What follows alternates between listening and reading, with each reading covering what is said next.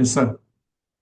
You are able to see Namaskar. Hello and first. welcome to the Learning Hour today, where we have been joined in by a very, very special personality, Kanakupalli Bhaktavatsal Rao sir, who is a doyen academician and an industry professional. And from the platform of Rethink India, we would be delving more, specifically more on his very special book, Think to Win.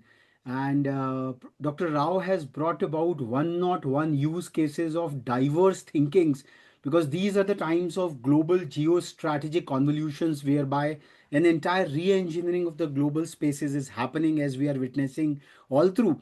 So this really calls for a kind of a rethink and learning to think. That is what Dr. Rao has really given this benediction out there. And Dr. Rao received his doctoral degree in industrial management and an MTech degree in industrial engineering from the Indian Institute of Technology, Madras. He received his BE in mechanical engineering from the Sri Venkateshwara University, Tirupati. The Tirupati Devasthanam, we all know about it from that divine benediction. Dr. Rao has that association and legacy from. And he has over 5 decades of diversified experience in strategic and operational leadership at large. And that's from this 5 decades of distilled wisdom he brings to the fore to all of us in the form of this lovely book. We will be talking more about it in this learning hour. And he has served reputed companies, including global multinationals in India.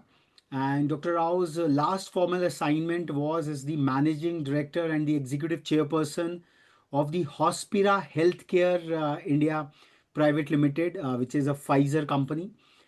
He's a prolific writer with over 200 publications in economic and business dailies and referred journals. And he's the founder of Leader Crest Academy. And this book, what he has brought to us in the year 2025, is the 18th in the series of books authored and published by Dr. Rao under his Leader Crest banner over the last 8 years. तो जैसे हमारे यहाँ 18 महापुराणों का वर्णन है, so in a similar pantheon, Dr. Rao has really authored. This is the 18th book we will be talking, we will be learning from him. And Dr. Rao serves as the Ajit Singhvi Chair Professor in the Department of Management Studies, Indian Institute of Technology, Madras. For all of our viewers who would be watching it all, many of us don't know that IITs, apart from the technology, they have very elaborate institutes of management as well. So it is not just the IIMs alone. IITs themselves have their Department of Management Studies, just a notion for our young listeners who would be coming through. And Dr. Rao serves as the non-executive director on the board of select companies, and he also acts as an advisor to several global corporations. So this is a brief introduction of Dr. Rao, because if I would have really gone to his elaborate accomplishment spanning the 5 decades, it would have really taken the entire hour for that matter. So without any further ado, I welcome Dr. Rao to the Learning Hour on this lovely Monday morning of 16th of June. Dr. Rao, just a brief, because we'll be coming to the book per se, but we would be more interested in knowing your personal background as to what has really inspired you, your personal rootings from where you came, and this plethora of literature what you have created. Dr. Rao is also a very celebrated course personnel on the NPTEL, which is India's response to the Coursera's of the world, all the edtechs we are all knowing about it. He has some of the very finest management learning, industrial learning programs out there also.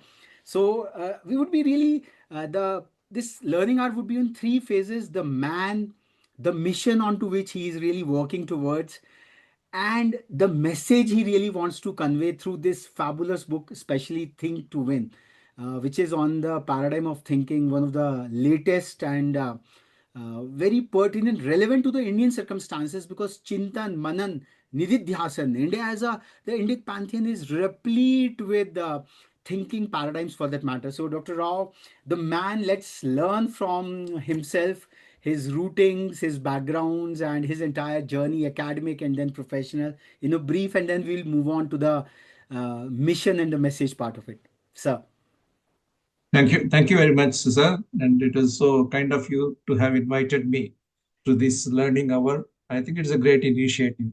And as I'm a regular recipient of the communications from Rethink, I see that the organization has been really in the forefront of bringing newer vistas in education, in social thinking, and the like.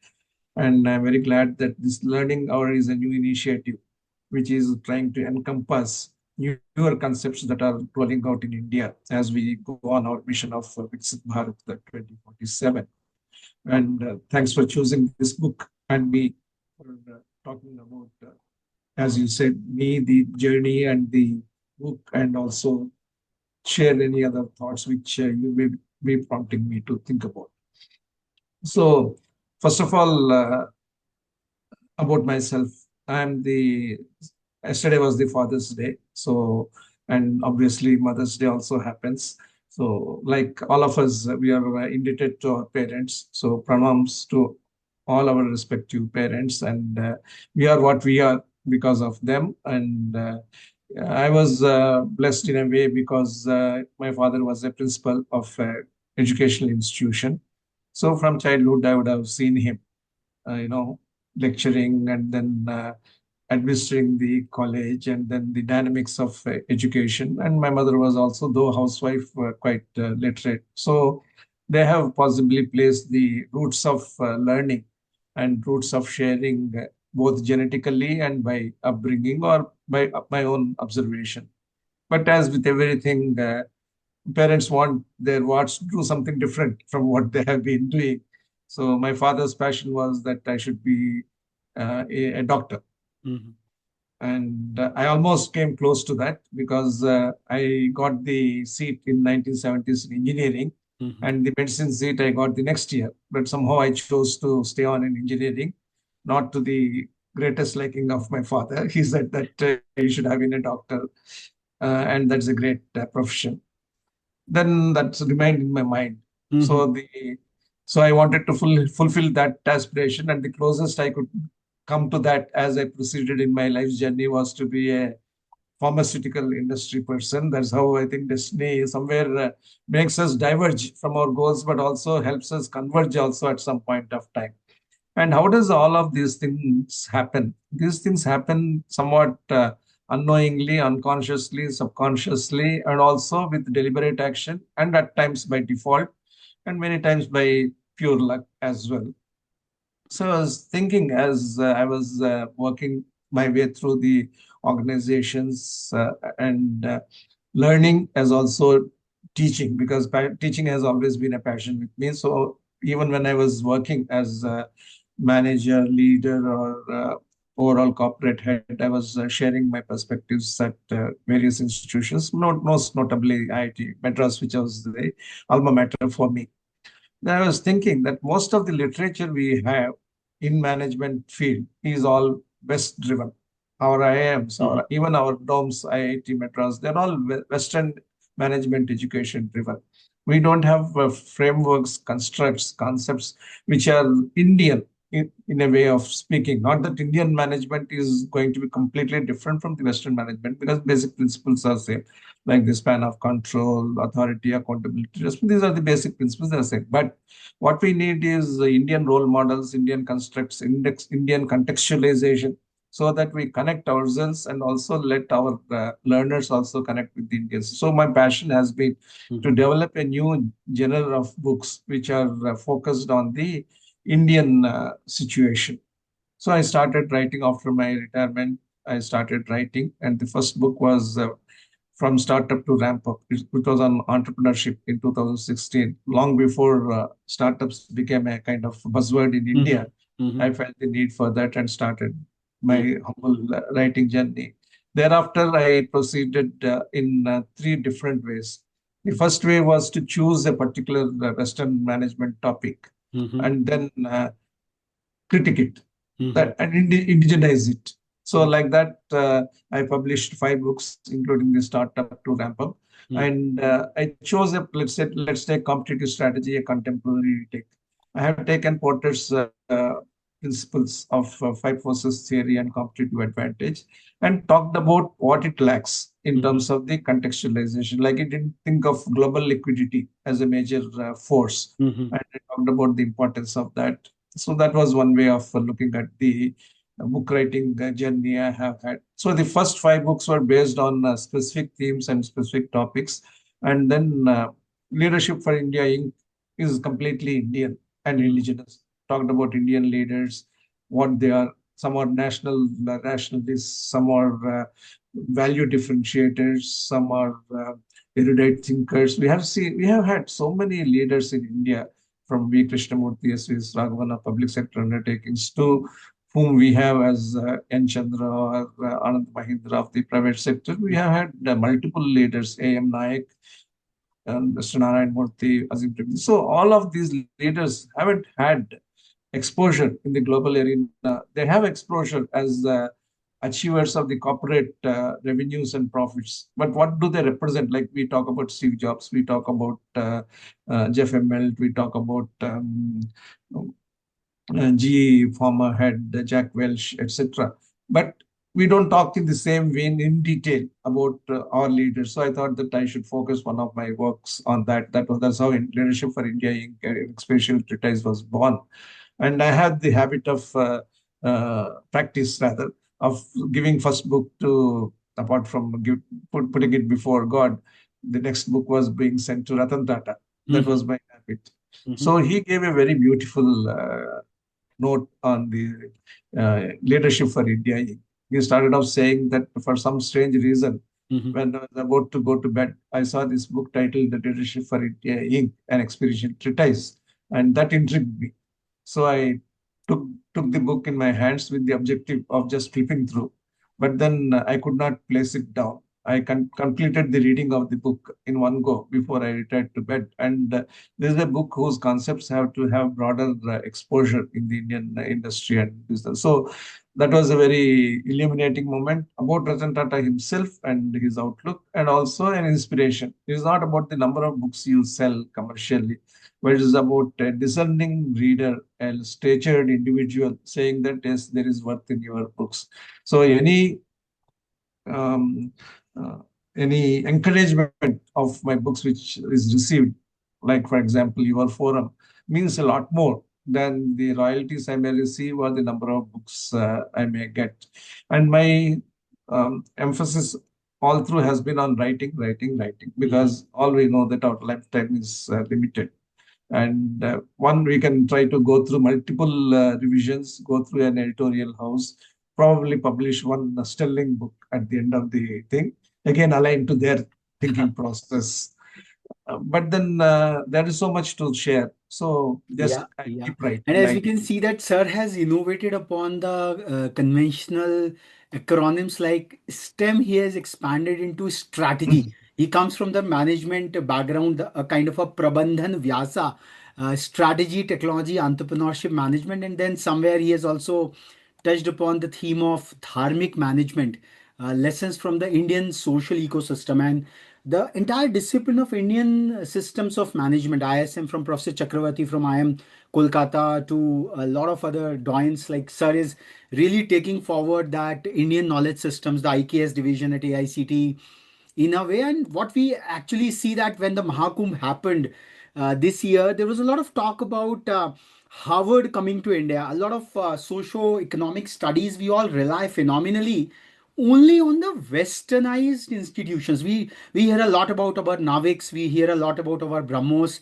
our technological prowesses, but very little about our managerial prowess. And perhaps Professor Rao is a veteran who has really taken on this task, and like a modern Prabandhan Vyasa, he has been authoring on and on and on, and he's perhaps doctoring the engineering side of management, we can say so.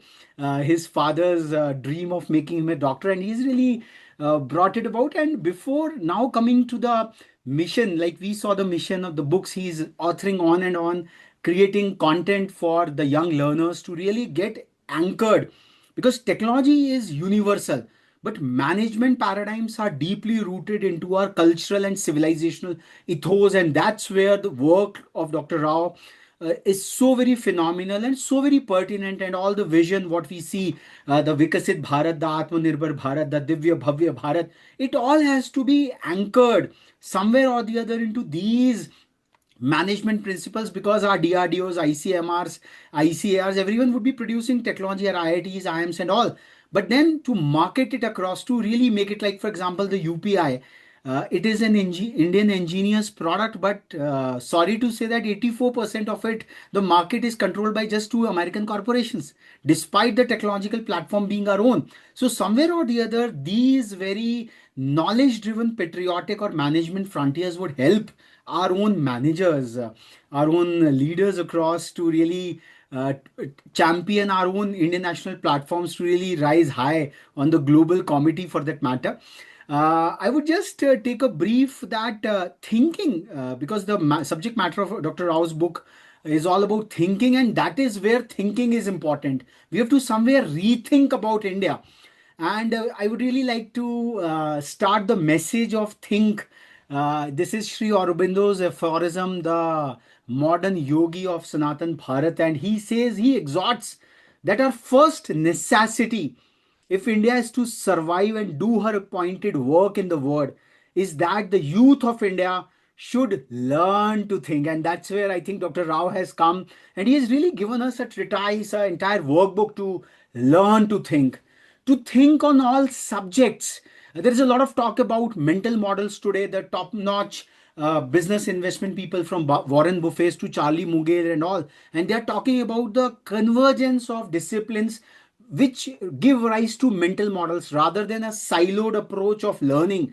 A kind of an integral, intertwined learning is perhaps required. And that's what the fourth industrial revolution is all talking about, where the convergence of even the technological platforms is happening. More importantly, to think independently.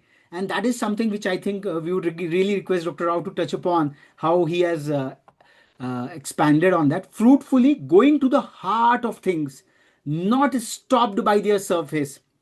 A lot of fake news which is coming through, a lot of AI driven fear is happening across the academic world. But if we have this kind of a thinking paradigm, we can really, जो माया का भाव था कि राम और रावण का युद्ध हो रहा है, or how the Maya has been pierced through, not stopped by their surface, free of prejudgments, a growth mindset, shearing sophism of all sorts is happening, and prejudice ascender as with a sharp sword, smiting down obscurantism of all kinds as with the mace of Bhima. So, in this larger mission statement of Rethink India, I would now request Dr. Rao to give a brief overview of the entire 101 learning paradigms, what he has presented as a part of this magnanimous 18th book from his, I would say, from his anthology.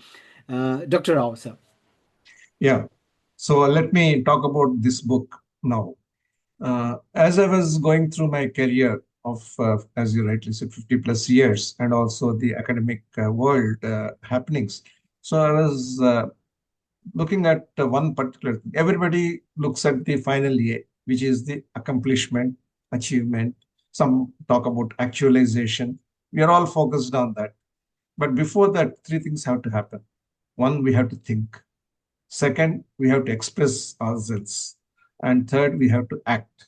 Once we do thinking, expression, and act, then comes the achievement or the accomplishment or actualization, depending upon the word we use and depending upon the context in which we live. But everybody is today focused so much on achievement, accomplishment. And the fundamental building block of achievement, which is thinking, is ignored. But it's not that nobody thinks, everybody thinks, we all think. And many of our decisions are because of certain thought processes we have, which we have been blessed with, or we have endowed over a period of time through education and experience. These are the thought processes that govern our decisions. And some of these thought processes we deploy consciously, some unconsciously, some subconsciously. Some happen by default, some happen by emulation for that moment, and some happen without even our knowledge. But many thinking process we are not aware of, and we do not integrate them in our way of thinking. So I thought that there was a need for a book which brings together all the thinking process that are possible in our professional and personal world. Sure, there are books on thinking, and you have referred to one great book about that. But I thought that we should do something little larger than that, and maybe more serious, because this is a process which is fundamental to all our expressions and actions and finally achievements. So I started listing down. First, I wrote down about the 10 thinking process. But as I spent more days, the number of thinking processes that I can think of became larger and larger, broader and broader. And as I looked at each thinking process, the import of the thinking process was becoming deeper and deeper. And then the connectivity with whatever has happened with me or with other esteemed colleagues of mine, and the role models we read about and see has even become more comprehensive. So I thought that I should really put my heart and soul into bringing out a book on this, and that's how this book, Think to Win, has been developed. And I believe that this will help every individual in one particular way. Mhm. Once you go through all this thinking process, the reader is encouraged to think what all I use out of this thinking process in my day-to-day life or in my everyday leadership. That is one. Mhm. And secondly, what do I see others doing with these kinds of thinking process? And third, what am I not aware of? And possibly what would help me in my thinking process. Once you keep thinking about this, then I thought that the professional will be able to upgrade himself or herself and therefore contribute much better to his or her personal life as well as professional life. Like certain thinking process we hear all the while these days, critical thinking. Everybody talks about critical thinking. Mhm. But there are many other thinking process which are very much there. Like for example, when we assemble for a meeting, be it online or offline, the advice is that please be in your chairs 5 minutes before. Okay. And when we do that, we don't do that just like that. We have a compliance thinking mindset which is there in our mind. There are people who don't comply. They don't have compliance thinking. But most of us have compliance thinking. The organizer has created a platform and forum for a particular thing. Therefore, we should be following that. This is compliant thinking. Compliant thinking is not obedient thinking. Mhm. Compliant thinking is not just loyal thinking. Mhm. So there is the positive side of that particular thinking process. So when I thought about these books, I didn't talk about things which are completely negative, irrelevant for this thing. Like then we can talk about skeptical thinking, Mhm. cynical thinking, narcissistic thinking. I haven't taken that kind of route. Nor have I talked about exuberant thinking, optimistic. Those are all kind of emotional overlays on certain core things which we must have. So I talked about things which in a very professional manner. And Mhm. now, after having done this one not one thinking process, I also said that I should help readers Mhm. walk through this maze of thinking process. Mhm. To be able to do that, what I have done is that I have uh, categorized each thinking process in terms of the basic concept, the construct, the profile of people who think in that manner, and then what are the strengths, what are weaknesses, what are the challenges in adopting this thinking process. So that if you want to adopt a particular thinking process which is not there in our repository, we are clearly aware of what we need to do to implement or integrate that thinking process that I did. Then even then, the whole thing may look academic and theoretical. So I try to illustrate through my examples, not that I'm trying to show that I'm a superhuman who Mhm. had all this thinking process. What I was trying to say that like strategy we say is a plan of action in hindsight. You could also see how different thought process are linked to whatever we have been doing. And if we consciously think, we may be actually relating many of our actions and the debates, discussions to the thinking process that are there in the book. So I tried to illustrate whether it is, for example, visionary thinking of trying to encourage my company 6 years ahead to get into regulated markets or drug discovery. 15 years later, that company is the only company, Market Pharma, for all its financial troubles, is the only company which has discovered and developed a new drug. Mhm. which is approved by US FDA and UK MHRA. We have Dr. Reddy's, we have Zydus, we have work hard trying to do this, but no company has gone beyond even Indian DGCA for approvals. But this is the only company. So to encourage the company to think, required visionary thinking. And what visionary thinking is, I have tried to explain in those books. And we all have probably visionaries in us. So, but we have to recognize what the thinking process. But that So, is one from aspect. your elaborate experience, 101 is quite a number. So, Hmm. do you have dovetailed the thinking pathways into some archetypes that, okay, if you are into a certain job role or a KRA, you can have this kind of a contour Yeah. of What I success? Yeah. yeah, what I did was that of course just for the viewers, this is the book Hmm. which I have kind of brought about. Maybe it will be shown upwards in the thing.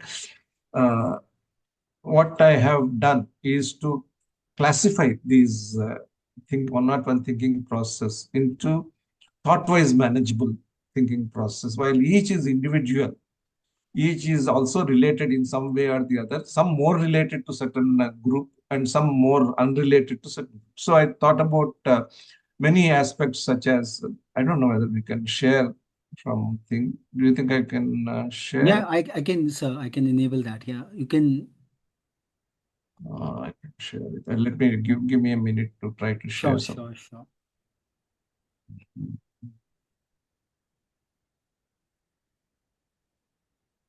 So just to fill in till sir shares the thinking archetypes, we all have studied a very classical book, The Six Thinking Hats of Edward de Bono. That is something a kind of a collective thinking process whereby different hats or colors are designated for arriving at a problem. But what Dr. Rao has attempted is a kind of an encyclopedic documentation and uh, yeah, so So you are able to see this. yes, sir. Yes, sir. Yes, sir.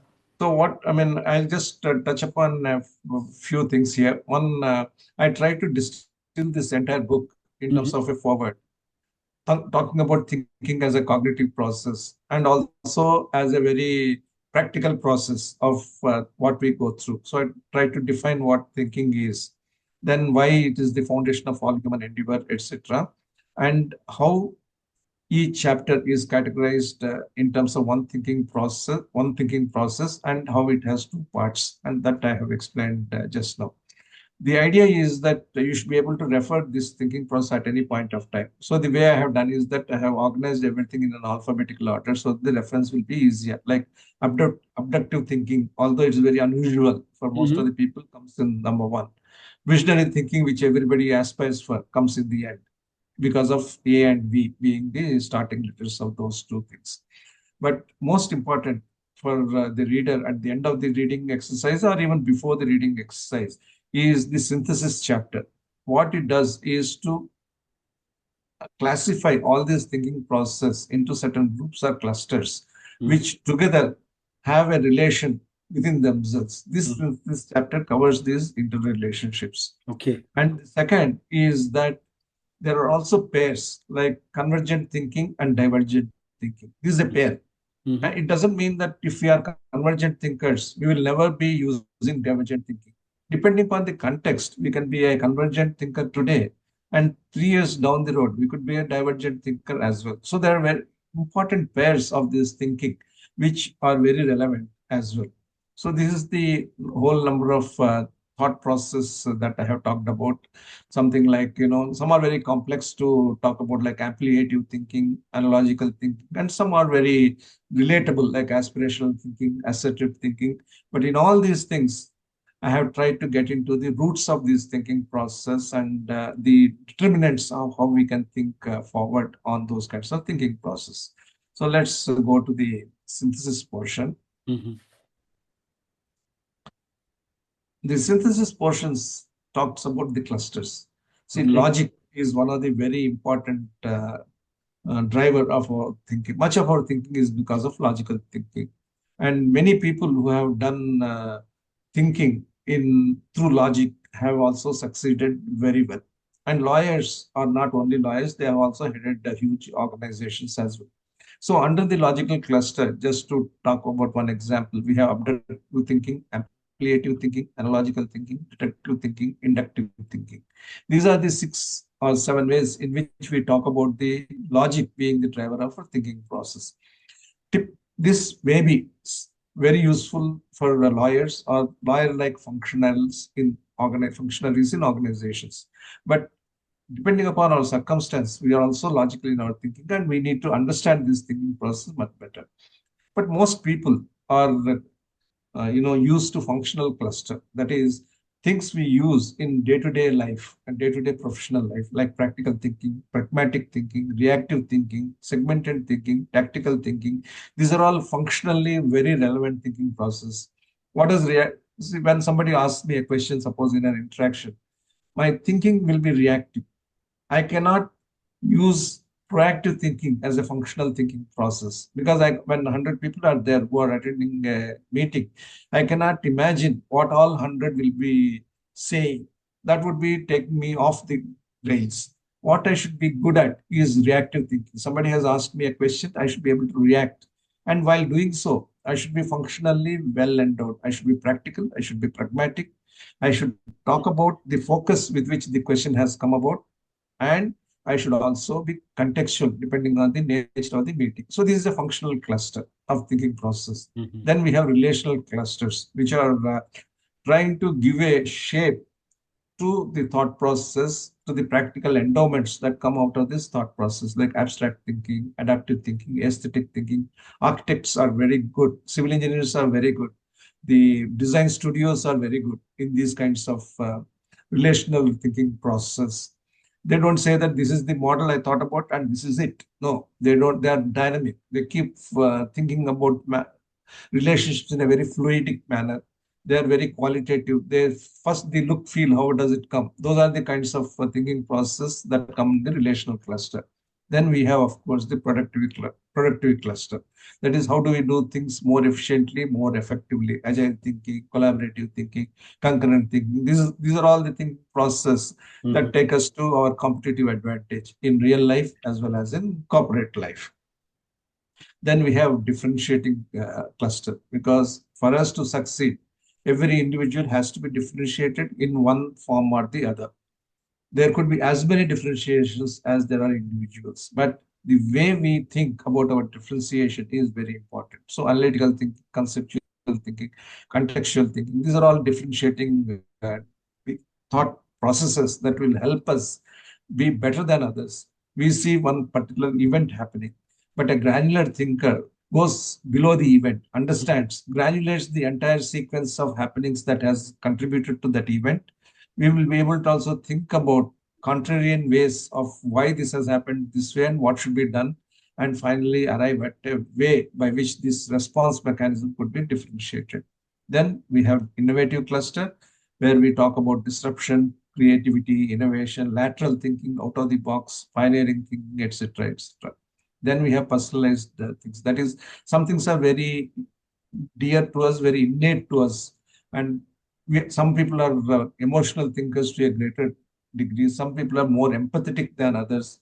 Some tend to be very exclusive to each other, not necessarily introverted, but they have thought process which take us in a different loop when we talk about our greatest guru of recent times, Arvindo, or Mhm. more practical Sadhguru. We talk about their exclusive thinking, how they think about the same mundane matters, but in a completely different ways. Humble thinking, inclusive thinking, etc. These are very personalized to individual. We tend to relate an individual's personality with the kind of thinking process that personality adopts. Then we have strategic cluster. That's where the CEOs, the leaders excel, not necessarily of corporations, but of political organizations and non-political organizations. How to think exponentially about the future, how to be futuristic in whatever we dream about, growth thinking, holistic thinking. These are all the hallmarks of a leader or a potential leader. And that leader will also be resilient, very thematic, committed to transformation, etc. So that is the strategic cluster. Then we have quantitative. That is people who have been trained in analytical methods or who have an aptitude for that, computational thinking, concrete thinking. Unless you see in physical terms, That physical term could be an equation, could be an experimental result, or a physical drawing, or a model. That is concrete thinking. Determinate thinking, fuzzy thinking. This is the quantitative cluster.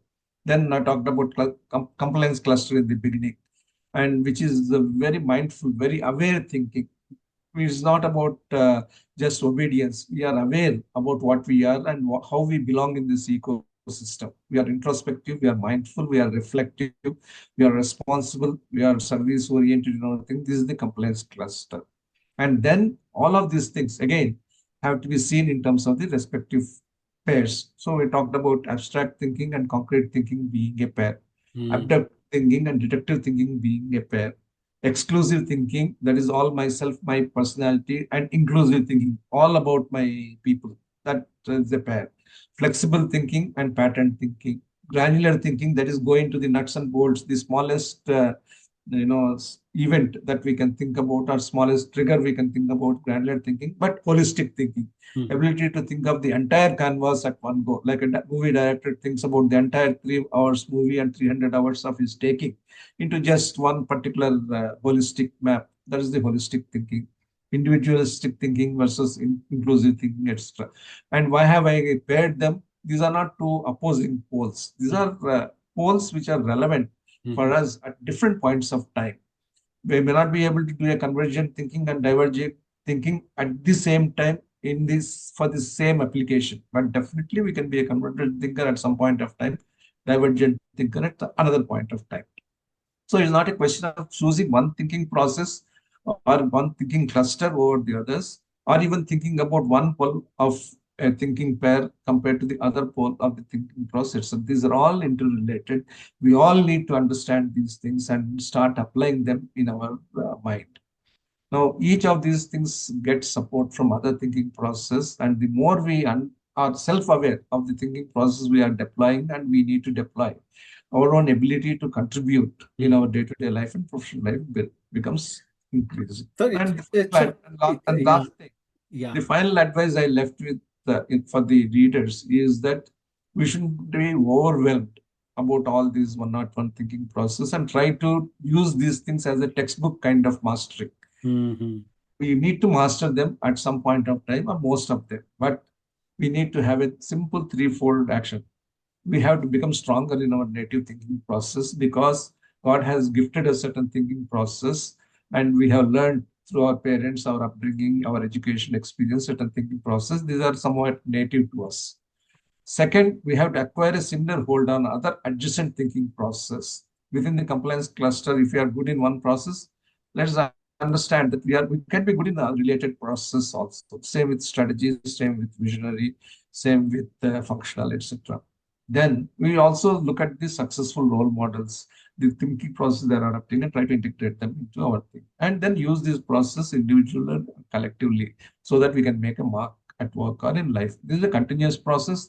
There is no start nor end, and we can initiate this process of transformation right away. That was the whole summary. Thank you, sir. I think it's a phenomenal decal what sir has presented, the 10 thinking clusters what sir has over which the 101 thinking paradigms are out there. So my one question is, at what age or what stage can a Hmm. formal learning into these thinking processes can perhaps start? The first principles thinking learning, because Yeah. the way you have developed the whole treatise of it all, at what stage it can start off in the academic career of students for that matter? I think we can see it in three layers. One, of course, everything can be made more complex or made more simple. Mm-hmm. So even at school level, we can have simpler versions of this kind of thinking process Okay, okay. and induct the people into the thinking process, because the Mm-hmm. foundation at the school level is strong, then Mm-hmm. everything else will be all right. And we have seen with examples in Japan how even school children Mm-hmm. think in a very particular manner.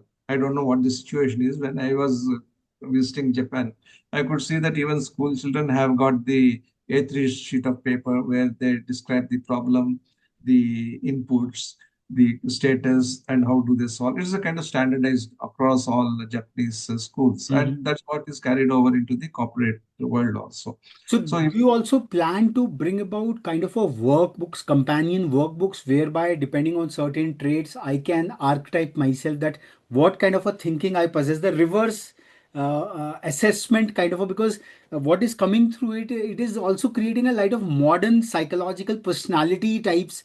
You are really bringing out from a lot of data sets for that matter. yeah, I think you have kind of sparked some thinking in me, because as we were discussing only, we talked about these three layers. So the Mhm. first layer is the school thing. So probably I need to come to the needs of the school children, and how do I make it a simpler book, a micro book or a mini book which people can easily read. Need not necessarily be prescribed, but then it could be made available. That is one layer. Mhm. The second is when somebody goes through graduation, and typically in the third year of graduation or the final year, where the person has acquired general knowledge about the education and the happenings. Maybe that is the time when formally we can introduce to Mhm. this kind of book. But certainly, this must be a strong book with all the examples, etc., in the MBA or in the tech MBA or the final year of the engineering. Mhm. So I see this book in three: one very simplified version for school children, then a version in the final year of graduation without the personal experience and other portions, because still whether Pfizer made a drug discovery with me or without me is less relevant, because they haven't still acquired that kind of overall Mhm. general, Mhm. but they have the ability to grasp all the rest of the things. So that portion is the second version of the book, and the third version is the complete book, Mhm. which can be made available for the final years of B BTechs and MBAs, etc. So that's how I see this. Mhm. Then again, it all requires again collaborative thinking, because the message has to be carried around, carried Mhm. forward, and that's how we need to do it. So maybe the whole idea of starting the request was to do these kinds of things, but somewhere maybe I also lost my way. I was more engrossed in converting my ideas into books rather than staying on one particular idea and Mhm. try to propagate. There are two ways to life. And And so, you being a phenomenal educator all through, what do you think the training of the educator community per se into the art and craft of thinking? Because once our educators, either at the K-12 or at the UG, PG level, because they are the ones who can imbibe these elements of thinking in line, whatever courses they are, because this is a kind of, we can say, horizontal across yes. any educational vertical. So, what are your thought processes regarding that? Yeah.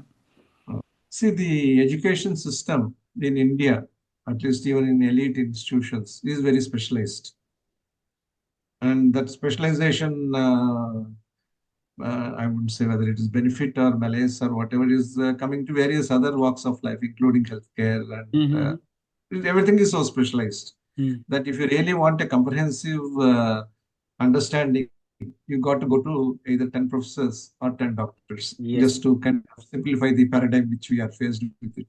So academicians are top class in their specialization, and they believe even today people who model a particular let's say inventory travel or an operations situation, they believe in the model uh, so passionately as it was 30 years ago, when Mm-hmm. the models were the way to describe. But today, the real time description of the world has come through our digitization, that the models themselves require a newer, models only help thinking process. Mm-hmm. Models are helping. An operations research model or a traveling salesperson's model is helping us to think about the basics, but that is not no longer an end by itself. We don't have to collect data and input that and try to get to the optimum route. The optimum route is in the back of the hand with an iPad or a phone. We can just see where the person is going and whether the person. So we need require different. So the behavioral component of making the person tick in the job has become much more intense than the technical portion of trying to model how the person is going about the job Mhm. or how he should go about the job. So this thinking change also we need to bring. So academicians definitely have a great role. The more interdisciplinary courses we are able to launch, the more platforms like yours we have, I think we'll be able to make a change. I hope what you talked about your s- you know discourse on NEP and the interaction is one step forward in that. Mhm. Mhm. Because NEP is also about empowerment of Mhm. local requirements, Mhm. empowerment of our traditional Indian roots to the extent appropriate in the modern context. All Just of that. one last curiosity, that what kind of a time frame, you have mentioned that it is an ongoing process of evolving and learning, but 101 thinking 101, just to get initiated into the various 10 clusters, thinking clusters, if we can say so, what kind of a time frame someone is required to invest upon, to really get a hang of it and then pick up one or the other thinking clusters and the pairs for that matter? Yeah. I think it should not be seen as a one-time exercise by anybody. Mm-hmm. No reader of this book, no serious reader of this book should take this as that I'm going to read this book and I'm going to be thorough in all these 101 chapters and the synthesis. The Mm-hmm. way it has to be taken up is by looking at his area of operation or her area of operation and see where the lacuna is, if at all. So let's talk about a chief operating officer, or let's talk about a production supervisor. What should the person be good at? The productivity cluster. Mm-hmm. The person should be good at the functional cluster. So let's take the productivity thinking process. I think that I'm a great productivity specialist. Mm-hmm. People praise me, but when I really dig deeper and look at me as through all these thinking lenses, am I adopting all of these things? Mm-hmm. So even within my core area, there is scope for improvement. And Mm-hmm. that improvement happens further when I looked at the functional cluster to support me, when I look at the emotional cluster to support me. That's how this is a kind of self-enveloping, Mm-hmm. expansive way of improving ourselves. So Mm-hmm. I don't say that this is the only way in which we can do. Mm-hmm. Somebody can just take one thinking process, try to implement. Somebody can relate it to the job and the vocation and try to do. And the other, of course, is trying to be a master of everything. I think Professor Bhaktavatsal Rao has really given us that benediction, in a very loving fashion as to how to learn. What Sri Aurobindo talked about, he espoused and called upon the youth of India to learn to think. I think Professor Bhaktavatsal Rao has really encapsulated his 5 decades of phenomenal management and industrial experience into this lovely book as to learn to think.